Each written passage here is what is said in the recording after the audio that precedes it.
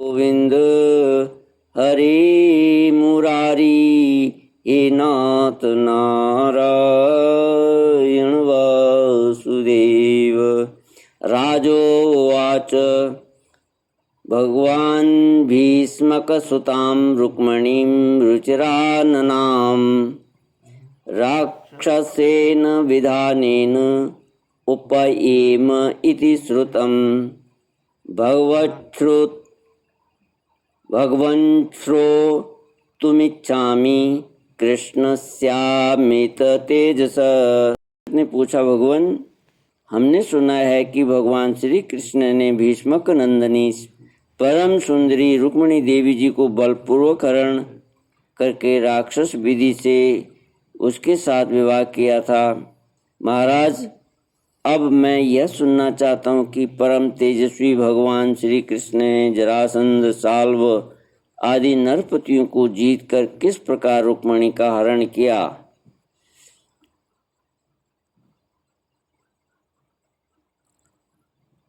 ब्रह्म ऋषि भगवान श्री कृष्ण की लीलाओं के संबंध में क्या कहना। वे स्वयं तो पवित्र हैं ही, सारे जगत का मल धो बहा कर उसे भी पवित्र कर देने वाली हैं। उनमें ऐसी लोकोत्तर माधुरी है जिसे दिन रात सेवन करते रहने पर भी नित्य नया नया रस मिलता रहता है। भला ऐसा कौन सा रसिक, कौन सा मर्मज्ञ है जो उन्हें सुनकर तृप्त न हो जाए। श्री शुक उवाच राजासीत् भीष्मको नाम विदर्भाधिपतिर्महान् तस्य पंचाभवन् पुत्राः कन्यका च वरानना। श्री सुखदेव जी कहते हैं, परीक्षित, महाराज भीष्मक विदर्भ देश के अधिपति थे। उनके 5 पुत्र और एक सुंदरी कन्या थी। सबसे बड़े पुत्र का नाम था रुक्मी और 4 छोटे थे जिनके नाम थे कर्मशय, रुक्मरथ, रुक्मबाहु, रुक्मकेश और रुक्ममाली। इनकी बहन थी सती रुक्मिणी। जब उसने भगवान श्री कृष्ण के सौंदर्य, पराक्रम, गुण और वैभव की प्रशंसा सुनी तो उसके महल में आने वाले अतिथि प्रायः गाया ही करते थे। तब उसने यही निश्चय किया कि भगवान श्री कृष्ण ही मेरे अनुरूप पति हैं। भगवान श्री कृष्ण भी समझते थे कि रुक्मिणी में बड़े सुंदर सुंदर लक्षण हैं। वह परम बुद्धिमती है, उदारता, सौंदर्य, शील, स्वभाव और गुणों में भी अद्वितीय है। इसलिए रुक्मिणी ही मेरे अनुरूप पत्नी हैं। अतः भगवान ने रुक्मिणी जी से विवाह करने का निश्चय किया। रुक्मिणी जी के भाई बंधु भी चाहते थे कि हमारी बहन का विवाह श्री कृष्ण से ही हो, परंतु रुक्मी श्री कृष्ण से बड़ा द्वेष रखता था। उसने उन्हें विवाह करने से रोक दिया और शिशुपाल को ही अपनी बहन के योग्य वर समझा। जब परम सुंदरी रुक्मिणी को ये मालूम हुआ कि मेरा बड़ा भाई रुक्मी शिशुपाल के साथ मेरा विवाह करना चाहता है, तब वे बहुत उदास हो गईं। उन्होंने बहुत कुछ सोच विचार कर एक विश्वास पात्र ब्राह्मण को तुरंत श्री कृष्ण के पास भेजा। जब वे ब्राह्मण देवता द्वारकापुरी में पहुँचे तब द्वारपाल उन्हें राजमहल के भीतर ले गए। वहाँ जाकर ब्राह्मण देवता ने देखा कि आदि पुरुष भगवान श्री कृष्ण सोने के सिंहासन पर विराजमान हैं। ब्राह्मणों के परम भक्त भगवान श्री कृष्ण उन ब्राह्मण देवता को देखते ही अपने आसन से नीचे उतर गए और उन्हें अपने आसन पर बिठाकर वैसी ही पूजा की जैसे देवता लोग उनकी भगवान की पूजा किया करते हैं। आदर सत्कार कुशल प्रश्न के अनंतर जब ब्राह्मण देवता खा पी चुके, आराम विश्राम कर चुके, तब संतों के परम आश्रय भगवान श्री कृष्ण उनके पास गए और अपने कोमल हाथों से उनके पैर सहलाते हुए बड़े शांत भाव से पूछने लगे, ब्राह्मण शिरोमणि, आपका चित्त तो सदा सर्वदा संतुष्ट ही रहता है ना? आपको अपने पूर्व पुरुषों द्वारा स्वीकृत धर्म का पालन करने में कोई कठिनाई तो नहीं होती? ब्राह्मण यदि जो कुछ मिल जाए उसी में संतुष्ट रहे और अपने धर्म का पालन करे, उससे चित न हो तो वह संतोष ही उसकी सारी कामनाएं पूर्ण कर देता है। यदि इंद्र का पद पाकर भी किसी को संतोष न हो तो उसे सुख के लिए एक लोक से दूसरे लोक में बार बार भटकना पड़ता है। वह कहीं भी शांति से बैठ नहीं सकेगा, परंतु जिसके पास तनिक भी संग्रह परिग्रह नहीं है और जो उसी अवस्था में संतुष्ट है, वह सब प्रकार से संताप रहित होकर सुख की नींद सोता है।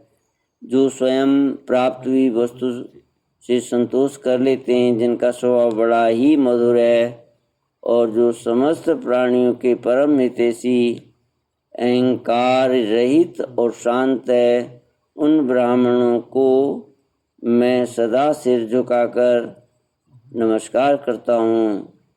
ब्राह्मण देवता, राजा की ओर से तो आप लोगों को सब प्रकार की सुविधा है ना? जिसके राज्य में प्रजा का अच्छी तरह पालन होता है और वह आनंद से रहती है, वह राजा मुझे बहुत ही प्रिय है। ब्राह्मण देवता, आप कहाँ से, किस हेतु से और किस अभिलाषा से इतना कठिन मार्ग तय करके यहाँ पधारे हैं? यदि कोई बात विशेष गोपनीय न हो तो हमसे कहिए, हम आपकी क्या सेवा करें? परीक्षित, लीला से ही मनुष्य रूप धारण करने वाले भगवान श्री कृष्ण ने जब इस प्रकार ब्राह्मण देवता से पूछा, तब उन्होंने सारी बात कह सुनाई। इसके बाद वे भगवान से रुक्मिणी जी का संदेश कहने लगे। श्री कृष्ण गोविंद हरे मुरारी, हे नाथ नारायण वासुदेव। रुक्मिणी उवाच, श्रुत्वा गुणान् भुवन सुंदर शृण्वतां ते, निर्विश्य कर्ण विवरैर्हरतोऽङ्गतापं, रूपं दृशां दृशिमतामखिलार्थलाभं, त्वय्याच्युता विशति चित्तमपत्रपं मे। रुक्मिणी जी ने कहा, त्रिभुवन सुंदर, आपके गुणों को जो सुनने वालों के कानों के रास्ते हृदय में प्रवेश करके एक एक अंग के ताप जन्म जन्म की जलन बुझा देते हैं, तथा अपने रूप सौंदर्य को जो नेत्र वाले जीवों के नेत्रों के लिए भी धर्म अर्थ काम मोक्ष चारों पुरुषार्थों के फल एवं स्वार्थ परमार्थ सब कुछ हैं, श्रवण करके प्यारे अच्युत मेरा चित्त लज्जा शर्म सब कुछ छोड़कर आप में ही प्रवेश कर रहा है। प्रेम स्वरूप श्याम सुंदर चाहे जिस दृष्टि से देखें, कुल शील स्वभाव सौंदर्य विद्या अवस्था धन धाम सभी में आप अद्वितीय हैं, अपने ही समान हैं। मनुष्य लोक में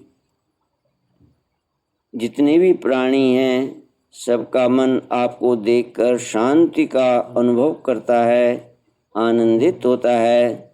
अब पुरुष भूषण, आप ही बताइए, ऐसी कौन सी कुलवती महागुणवती और धैर्यवती कन्या होगी जो विवाह के योग्य समय आने पर आपको ही पति के रूप में वर्ण करेगी? इसीलिए प्रियतम, मैंने आपको पति रूप में वर्ण किया है। मैं आपको आत्मसमर्पण कर चुकी हूँ। आप अंतर्यामी हैं। मेरे हृदय की बात आपसे छिपी नहीं है। आप यहाँ पधार कर मुझसे अपनी पत्नी के रूप में स्वीकार कीजिए। कमल नयन, प्राण वल्लभ, मैं आप सरी के वीर को समर्पित हो चुकी हूँ, आपकी हूँ। आप जैसे सिंह का भाग सियार छू जाए, वैसे कहीं शिशुपाल निकट से आकर मेरा स्पर्श न कर जाए। मैंने यदि जन्म जन्म में पूर्त कुआं बावली आदि खुदवाना, इष्ट यज्ञ आदि करना, दान नियम व्रत तथा देवता ब्राह्मण और गुरु आदि की पूजा के द्वारा भगवान परमेश्वर की ही आराधना की हो और वे मुझ पर प्रसन्न हो, तो भगवान श्री कृष्ण आकर मेरा पाणी ग्रहण करें। शिशुपाल अथवा दूसरा कोई भी पुरुष मेरा स्पर्श न कर सके। प्रभु, आप अजित हैं। जिस दिन मेरा विवाह होने वाला हो, उसके एक दिन पहले आप हमारी राजधानी में गुप्त रूप से आ जाइए और फिर बड़े बड़े सेनापतियों के साथ शिशुपाल तथा जरासंध की सेनाओं को मत डालिए, तहस नहस कर दीजिए और बलपूर्वक राक्षस विधि से वीरता का मूल्य देकर मेरा पाणी ग्रहण कीजिए। यदि आप यह सोचते हो कि तुम तो अंतापुर में भीतर के जनाने महलों में पहरे के अंदर रहती हो, तुम्हारे भाई बंधुओं को मारे बिना मैं तुम्हें कैसे ले जा सकता हूँ, तो इसका उपाय मैं आपको बतलाए देती हूँ। हमारे कुल का ऐसा नियम है कि विवाह के पहले दिन कुल देवी का दर्शन करने के लिए एक बहुत बड़ी यात्रा होती है। जुलूस निकलता है जिसमें विवाही जाने वाली कन्या को दुल्हन को नगर के बाहर गिरजा देवी के मंदिर में जाना पड़ता है।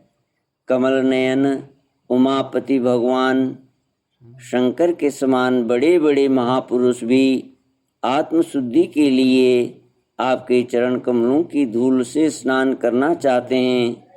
यदि मैं आपका वह प्रसाद, आपकी वह चरण धूल नहीं प्राप्त कर सकी, तो व्रत द्वारा शरीर को सुखाकर प्राण छोड़ दूंगी, चाहे उसके लिए सैकड़ों जन्म क्यों न लेने पड़े।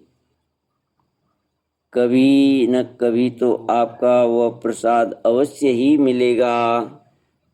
ब्राह्मण उवाच इत्येते गुह्य संदेशा यदुदेव मया हृता विमृश्य कर्तुं यच्चात्र क्रियताम तदनंतरम। ब्राह्मण देवता ने कहा, यदुवंश शिरोमणि, यही रुक्मणी के अत्यंत गोपनीय संदेश हैं जिन्हें लेकर मैं आपके पास आया हूँ।